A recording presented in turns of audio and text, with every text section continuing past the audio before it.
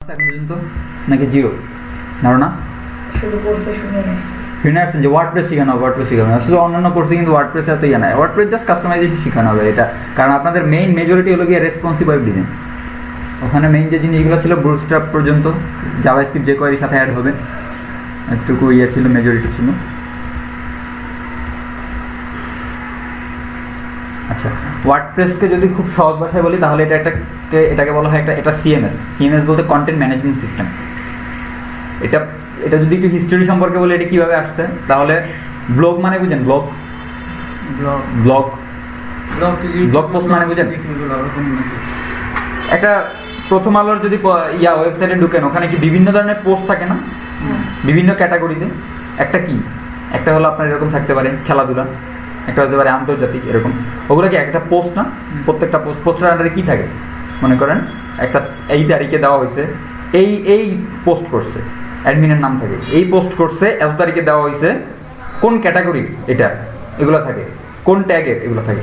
তো ওয়ার্ডপ্রেসটা মূলত প্রথমে একটা ব্লগিং সাইট হিসাবে নিয়ে আসছিল তারা, পরবর্তীতে এটাকে তারা অনেক সিকিউরিটি দিছে, তারপরে আপনার আরো তারা উন্নতি করতে করতে করতে করতে এখন অনেক বড় এখন কন্টেন্ট ম্যানেজমেন্ট সিস্টেম। এবং এই কন্টেন্ট ম্যানেজমেন্ট সিস্টেমটা মূলত ড্র্যাগ অ্যান্ড ড্রপ বলা যায়, বা ড্র্যাগ অ্যান্ড ড্রপ মানে এই না যে আপনি সবকিছু ড্র্যাগ অ্যান্ড ড্রপ দিয়ে করতে পারবেন। এখানে আপনাকে হ্যান্ড কোড করতে হবে, কাস্টমাইজিং করার ক্ষেত্রে অনেক সময় হ্যান্ড কোড করতে হবে, অনেক সময় আপনার পিএইচপিগত চেঞ্জ আনার ট্রাই করতে হবে।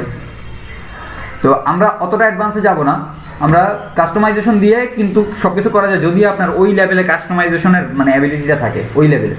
এবং ওইটা আপনি কখন গেইন করবেন, কাজ করতে করতে। আজকে আপনি যদি আমি বলি গ্রাফিক্সের কথাই বলি, বিজনেস কার্ড অনেক ধরনের হয়, সব ধরনের বিজনেস কার্ড কি আপনারা প্রথম দিয়ে বানাতে পারেন? অনেক ধরনের শেপ থাকে যেগুলো আপনারা আনতে পারেন না। কিন্তু একটা লাইন ড্র করছি, লাইনটা একটা শ্যাডো পড়বে, আমি শ্যাডোটা কিভাবে আনবো আমি এখন জানি না। জানি শ্যাডোটা আনা কিন্তু খুবই ইজি, কিন্তু আমি জানি না। জানি কখন? আমি যখন আস্তে আস্তে কাজ করতেছি অনেকগুলো কপি করতেছি, তখন আমি আস্তে আস্তে ক্লিয়ার হয়ে যাচ্ছে। তো এরকম আপনি যখন অনেক পরিমাণে ওয়েবসাইট কমপ্লিট করতে থাকবেন, অনেক পরিমাণে থিম নিয়ে কাজ করবেন, তখন মূলত আপনার পারফেকশনটা আসবে, আপনি অনেক কিছু তখন পারবেন। আর ওয়ার্ডপ্রেসের জন্য আমাদের কি লাগবে? এতদিন আমরা যে কাজগুলো করছি এগুলোর জন্য আমাদের কোনো সার্ভার লাগে না, কিন্তু ওয়ার্ডপ্রেস আমরা আগেই বলছি যে ডাইনামিক ওয়েবসাইটের জন্য, ডাইনামিক ওয়েবসাইট রান করার জন্য, পিএইচপি রান করার জন্য একটা কি লাগবে? সার্ভার লাগবে। হ্যাঁ, সেই সার্ভারটা আমাদের ইনশিওর করবে কি, আমাদের ডোমেইন হোস্টিং যখন আমরা নিয়ে নেব তখন আমাদের ওই সার্ভারটা থাকবে। এখন ডোমেইন হোস্টিং নাই, এখন কি সার্ভার আমার থাকবে না? তাহলে অবশ্যই সার্ভার থাকবে। সেই সার্ভারটা আমি কোথায় পাবো? আর কেউ আছে? আর যে নাহিদ কোথায় আছেন? আচ্ছা আছেন, এরকম দেখি নাই, জিজ্ঞেস করছি আর কেউ আছে বলে নাই। ফার্স্ট বসেন, মাত্রই শুরু করছি, ফার্স্ট বসেন। আচ্ছা, এখন এই অনেকের মনে একটা দ্বিধাদ্বন্দ্ব ছিল, এটা কি উঠবে? উঠবে তো। আচ্ছা, আগে অন্যরকম ভাবে ক্যাটাগরি থাকে দুইটা ওয়েবসাইটে, স্ট্যাটিক বলছিলাম, ডাইনামিক বলছিলাম। এখন অনেকের মনে ধারণা মানে এরকম একটা কোশ্চেন ছিল, ডাইনামিক কি আর স্ট্যাটিক কি, এটা দ্বারা আপনি কি বুঝাচ্ছেন? ডাইনামিক দ্বারা কি বুঝাচ্ছেন, স্ট্যাটিক দ্বারা কি বুঝাচ্ছেন? দেখেন, আমি যদি আপনাদেরকে একটা কোশ্চেন করি, আমরা যে ডিজাইনগুলো করছি ওই ডিজাইনের ভিতরে হয়তো কোথাও ডেট ছিল, এখন ওই ডেটটা আপনি লিখে দিলেন 29 ফেব্রুয়ারি, লিখে দিচ্ছেন 29 ফেব্রুয়ারি হয় সাধারণত। আচ্ছা, এখন কথা হলো পরের দিন আসলে কত তারিখ? 29 ফেব্রুয়ারি পরের দিন 1 মার্চ। এখন আপনার ওয়েবসাইটে পরের দিন আপনি যখন ওয়েবসাইটটা ভিজিট করলেন, আপনার যদি ওইটা 1 মার্চ না হয় তাহলে কি এটা ডাইনামিক হলো? কারণ কি পরের দিনটা কি আসলে 1 মার্চ, আপনারটা ওইটা 29 ফেব্রুয়ারি রয়েছে, তাহলে কি এটা ডাইনামিক? এটা হলো স্ট্যাটিক। এখন আপনি এটাকে কিভাবে চেঞ্জ করতে পারবেন? আপনি আপনার কোডের ভিতরে, আপনি যেখানে কোড করছেন ওখানে গিয়ে আপনি 1 মার্চ দিয়ে দিলে ওটা 1 মার্চ হবে, কিন্তু কথা হলো আপনি কি রোজ 365 দিন এভাবে চেঞ্জ করবেন ওয়েবসাইটে ঢুকে? তার মানে এটা কি? এটা হলো স্ট্যাটিক ওয়েবসাইট। স্ট্যাটিক ওয়েবসাইটের ভিতরে কন্টেন্ট সবকিছু যা আছে ওইটাই থাকে, যা আমি দিয়ে দিব ওইটাই মানুষ দেখতে পারবে। এবং স্ট্যাটিক ওয়েবসাইট, ইনফরমেশনাল ওয়েবসাইটগুলো বানানোর ক্ষেত্রে স্ট্যাটিক ওয়েবসাইট, কারণ ইনফরমেশনাল ওয়েবসাইটগুলো কিরকম হয়? বাইনারি পাঠশালা তাদের হিস্টোরি জানাতে চায় মানুষকে, হিস্টোরি তো একটাই হয় নাকি, কবে বানাইছি, কিভাবে বানাইছি, এগুলোই তো। এবং এটা যদি চেঞ্জ হয় তাহলে বাৎসরিক হয়তো চেঞ্জ হতে পারে, তার মানে এইটা আমি স্ট্যাটিক ওয়েবসাইট দিয়ে আমি রাখলে সমস্যা নেই। কিন্তু ডাইনামিক ওয়েবসাইট কখন লাগবে বলেন তো? সাপোজ এরকম হবে, আমার 5 মাস আমার চাকরি হওয়ার পরে আমার বেতন এত বাড়বে, 6 মাস চাকরি যাওয়ার পরে আমার বেতন আরো 20% বাড়বে। ওইটা হলো গিয়ে, এবং সেটা আমার যখন ওয়েবসাইটের বয়স যখন 6 মাস হয়ে যাচ্ছে তখন ওইখানে অটোমেটিক আমার স্যালারিটা কি হয়ে যাচ্ছে, আপডেট হয়ে যাচ্ছে। এটাকে কি বলা হয়, ডাইনামিক হয়েছে।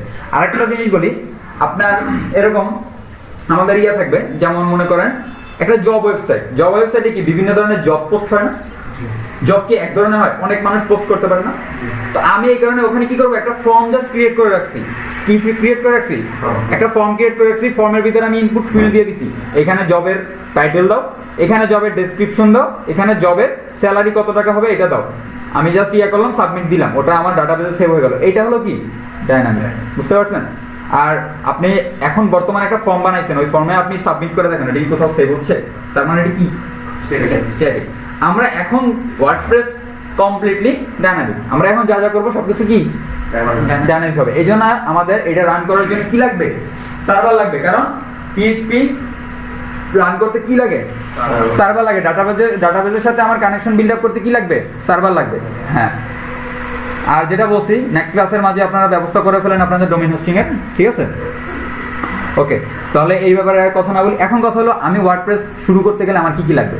তো আমি আপনাদের এখন বর্তমানে সার্ভার নাই, তো আমি কি, যদি আমার সার্ভার না থাকে, আমি যদি না কিনি, আমার যদি ফাইন্যান্সিয়াল প্রবলেম থাকে, আমি কি ওয়ার্ডপ্রেসে কাজ করতে পারবো না? পারবেন। আপনার পিসিটাকে আপনি একটা লোকাল সার্ভার বানিয়ে নিতে পারবেন। সেটার জন্য আমাদেরকে একটা সফটওয়্যার ইনস্টল করতে হবে। বিশেষ করে দুই ধরনের সফটওয়্যার হয় সাধারণত, ওয়ার্ম সার্ভার হয়, জ্যাম্প সার্ভার হয়। তো জ্যাম্পটা হলো পপুলার, আমরা এই জন্য কি ইউজ করবো, জ্যাম্প ইউজ করবো। আর এখন কথা হলো জ্যাম্প আমি ইনস্টল করলাম, আমার সার্ভারও রেডি। এখন আমি কি, এখন আমার আর কি লাগবে, আমার ওয়ার্ডপ্রেসটা বলতেছি বারবার, ওয়ার্ডপ্রেস ইনস্টল, তার মানে ওয়ার্ডপ্রেস ইনস্টল করার জন্য কিছু একটা ফাইল তো লাগবে। আচ্ছা, সেই ফাইলটা আমরা wordpress.org নামক ওয়েবসাইট থেকে ডাউনলোড করে নেব। আমি অলরেডি ডাউনলোড দিয়ে দিছি, আমি এবার দেখা দেবো। এতটুকু ক্লিয়ার আপনাদের? আচ্ছা, এতটুকু যদি ক্লিয়ার হয়, এর পরবর্তীতে আমরা কি যাচ্ছি, সেটা হলো গিয়া ওয়ার্ডপ্রেস ওয়েবসাইটগুলো সাধারণত, মানে এতদিন আমরা যে ওয়েবসাইটগুলো বানাচ্ছিলাম এগুলোর সাথে কি মিল আছে, এগুলোই কি এক নাকি? ওয়ার্ডপ্রেস ওয়েবসাইট এটাও একটা ওয়েবসাইট, আমরা যেগুলো বানাইছি এগুলো একটা ওয়েবসাইট, শুধুমাত্র পার্থক্য এতটুকু, ওইটা ডাইনামিক, এটা স্ট্যাটিক, আর ওইটা ওয়ার্ডপ্রেস দিয়ে বানাইছে, ঠিক আছে? আর ওইটা যদি আমি ওই ফ্রেমওয়ার্কটা যদি পাইতে চাই, কিংবা ওই ফ্রেমটা যদি পাইতে চাই, তাহলে আমাকে ওয়ার্ডপ্রেসটা ইনস্টল দিলে আমি ওরকম একটা ফ্রেম পাবো, এরকম একটা ড্যাশবোর্ড পাবো। তো আপনাদের মাথায় এখন আসতে হয় ড্যাশবোর্ড কি কি এগুলো। তো এগুলো আমি এখন আপনাদেরকে যদি লাইভ দেখাই তাহলে ক্লিয়ার হয়ে যাবে, এই জন্য এখন লাইভ দেখাবো। সবাই একটু জড়ো হয়ে আসেন। কোর্সের শেষ বুড়ো হয়ে গেছেন, এখন আবার প্রজেক্টরে আশা করে লাভ আছে? মাউস আছে? ওকে, ডাউনলোডেড ফাইলগুলো আছে? আচ্ছা, খেয়াল করেন, এই লিঙ্কটা আপনাদেরকে দিয়ে দেওয়া যাবে, আপনারা নিজেরা সার্চ করে নিতে পারেন। জাস্ট আপনারা কি লিখবেন, XAMPP জ্যাম্প, এখানে এটা দ্বারা বোঝাচ্ছে আর কি A for Apache, X for cross framework আর উইন্ডোজ বোঝাচ্ছে, X ফর, ঠিক আছে? A ফর অ্যাপাচি বোঝাচ্ছে, M ফর মাইস্কুয়েল বোঝাচ্ছে, P for PHP, P for Perl, ঠিক আছে? এই সবগুলো ল্যাঙ্গুয়েজের সমন্বয় এবং এই সবগুলো সাপোর্ট এই জ্যাম্প দিতে পারে। এই জন্য এই সবগুলোর নাম, জাস্ট নামটাকে কি করছে সে, মানে অ্যাব্রিভিয়েশন, অ্যাজ এ অ্যাব্রিভিয়েশন রাখছে আর কি। ভিডিও ওপেন করা আছে। আচ্ছা, এই যে জ্যাম্পটা আপনি ডাউনলোড করলে এরকম একটা ফাইল পাবেন, আপনাকে জাস্ট ইনস্টল করতে হবে। তার আগে আপনি একটা জিনিস খেয়াল করে নেবেন, আপনার এখানে স্কাইপ ইনস্টল দেওয়া আছে কিনা? স্কাইপ ইনস্টল দেওয়া আছে?